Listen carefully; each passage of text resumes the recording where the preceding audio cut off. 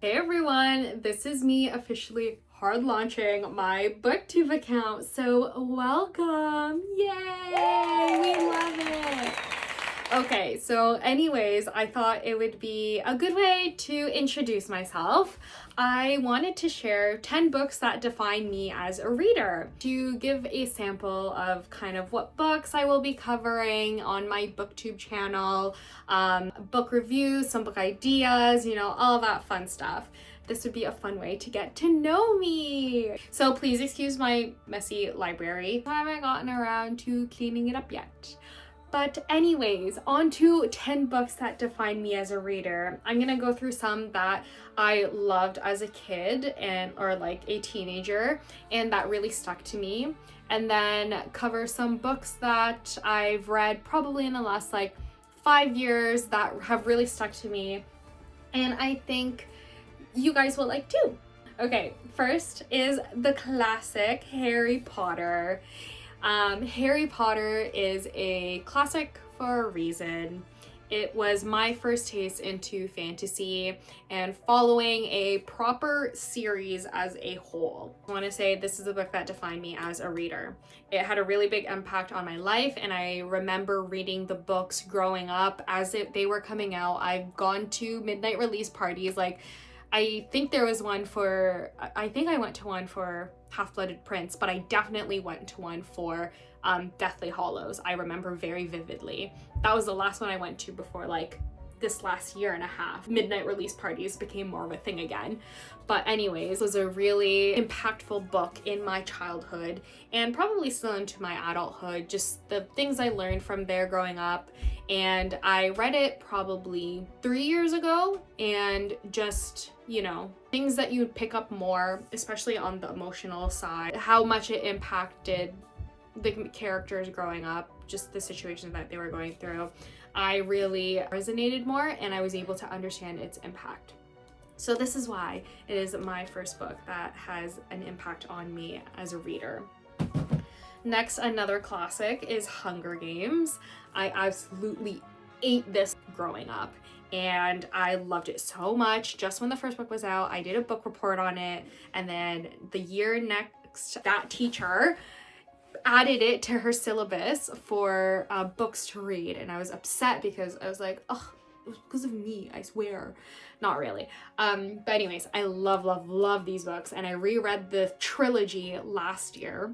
Again, hits so much more different when you are an adult, the emotional impact on there. I liked how she wrote teenagers. Honestly, I think it's very accurate in how teenagers think, kind of more, not one-track minded, but more simple, straight to the point kind of thing, and it was just so well done.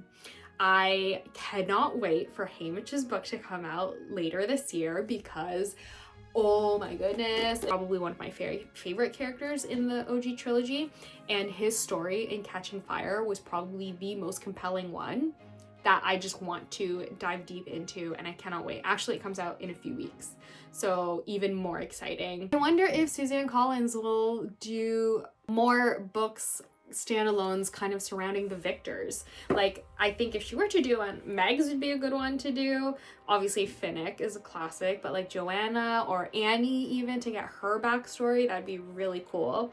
But what I would personally like, if Suzanne Collins is taking suggestions, is Peeta's point of view in Hunger Games, please, because I love him.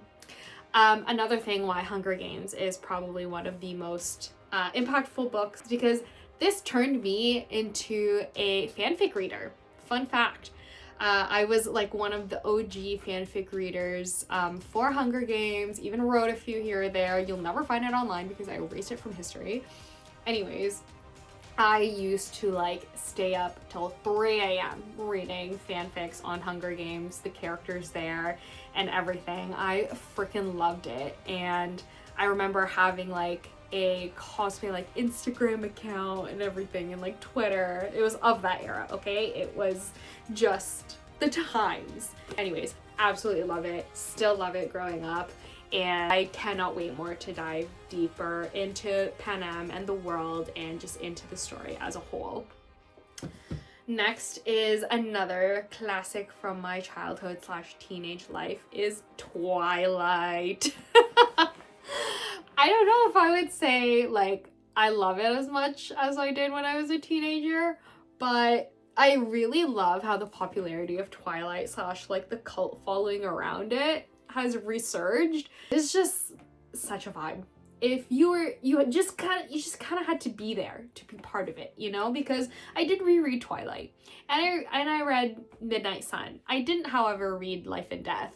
I don't know if it still holds the same impact, but this did define me as a reader. It was the one that introduced me to like more paranormal characters and whatnot, like vampires, werewolves, all that fun stuff.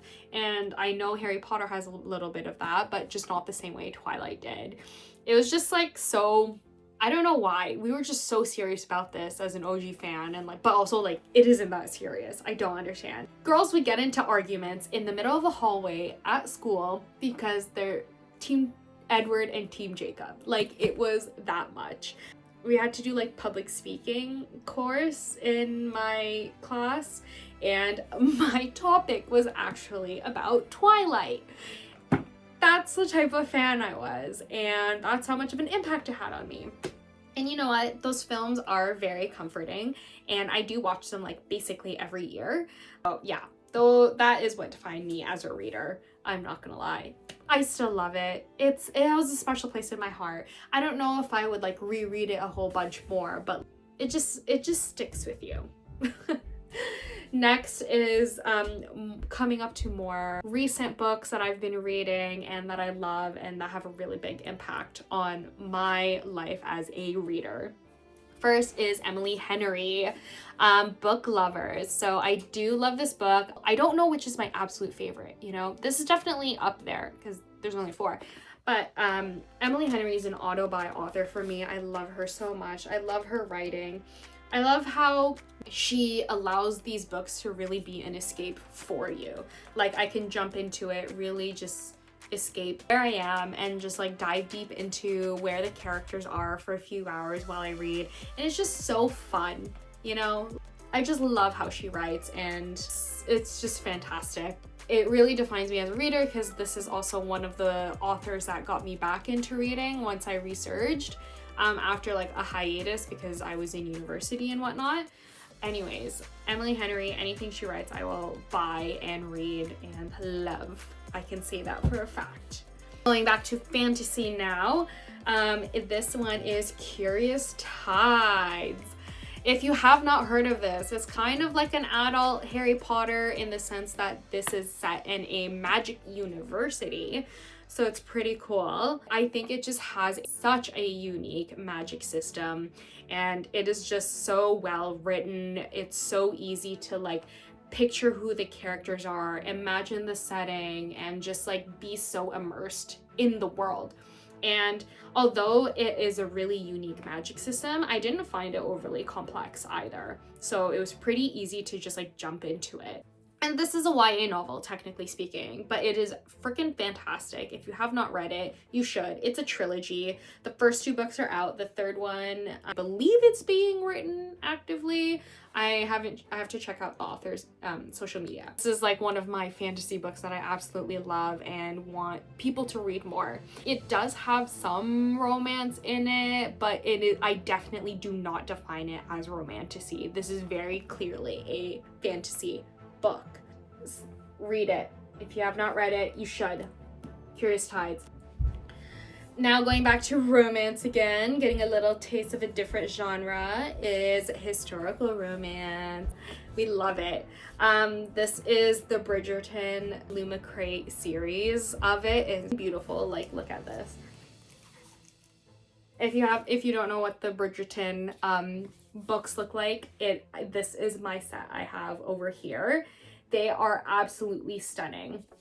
Anyways, I add this to my list of books that I think define me as a reader because one, historical romance. I really like how they take the whimsicalness of like a different era in life and like add a little spice to it, you know. But I really do love the story in the Bridgerton series as a whole. I also love the adaptation of the show and how they are actively making it more diverse. Shondaland is doing such a fantastic job with their casting and with their story. I have read Bridgerton fully through, probably like 2 or 3 times at this point. Just think it's so fun. The first 2 books kind of follow the same kind of plot line as some classic fairy tales. The next few really take you for a doozy, and I really love how she changed it up on you, and she doesn't make you like stuck in one world or like one person every time. It obviously, each book follows a different sibling in the Bridgerton family, and I just thought that was really cool. The sibling dynamic as well is very accurate, and I just really love how they all interact with each other and stuff too, because I come from a big family as well. I can understand a lot more of that family dynamic. Next is Throne of Glass. This series specifically changed me to my being. It changed my brain chemistry, and I had originally read the entire series. It is 8 books in total. I read it all in probably about 10 days, I think. I made the mistake of starting it right before I was about to move across the country. I was like, oh, I have time. Like, I have like 6 weeks to read it.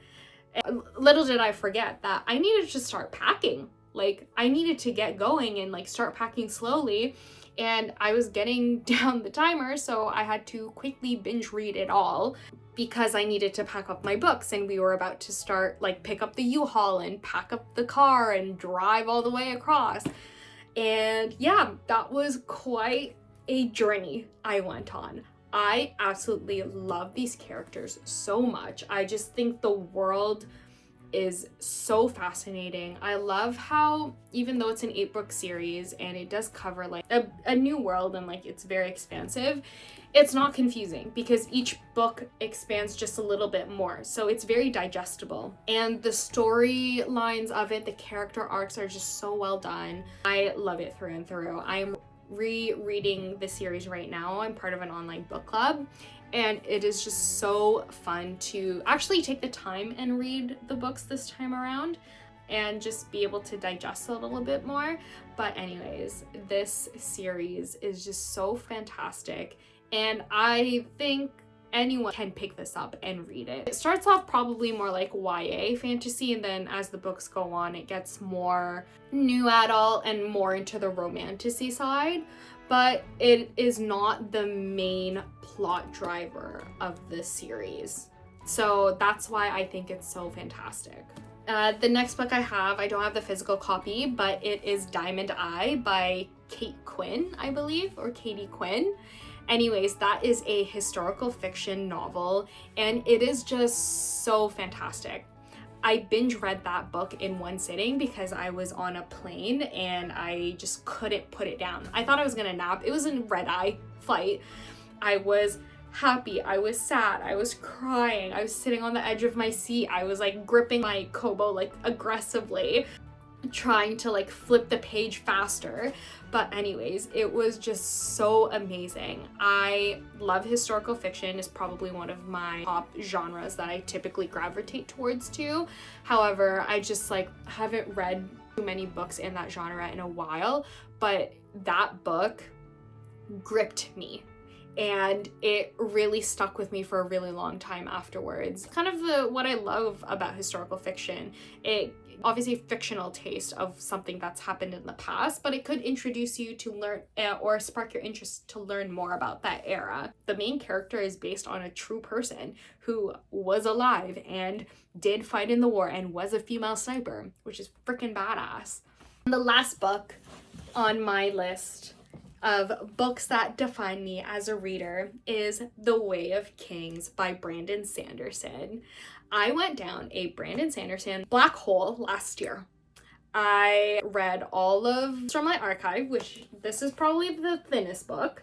It is over 1,000 pages, so you can imagine what the other 4 books look like.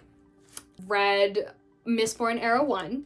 I read a bunch of his standalone books, and I am now currently reading Mistborn Era 2. I am reading Shadows of Self, which is this one right here.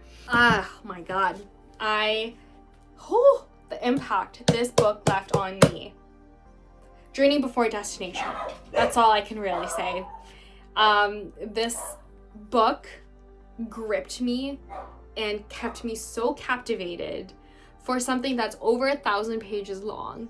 And I still think about it to this day, as a year later when I read this book. I don't even know what to say without like giving spoilers, you know. This book is so amazing, although it's really big and it's really intimidating. If you like fantasy, you should read this. If you've never read Brandon Sanderson before, this is the first book I started with when I was introduced to Brandon Sanderson. So you can do it. It is so good. And if you've not read Brandon Sanderson yet, don't know where to start in your journey, send me a DM, comment below. I have a lot of tips and opinions on it based on how you are as a reader and what you've read in the past. But anyways, The Way of Kings was just so good.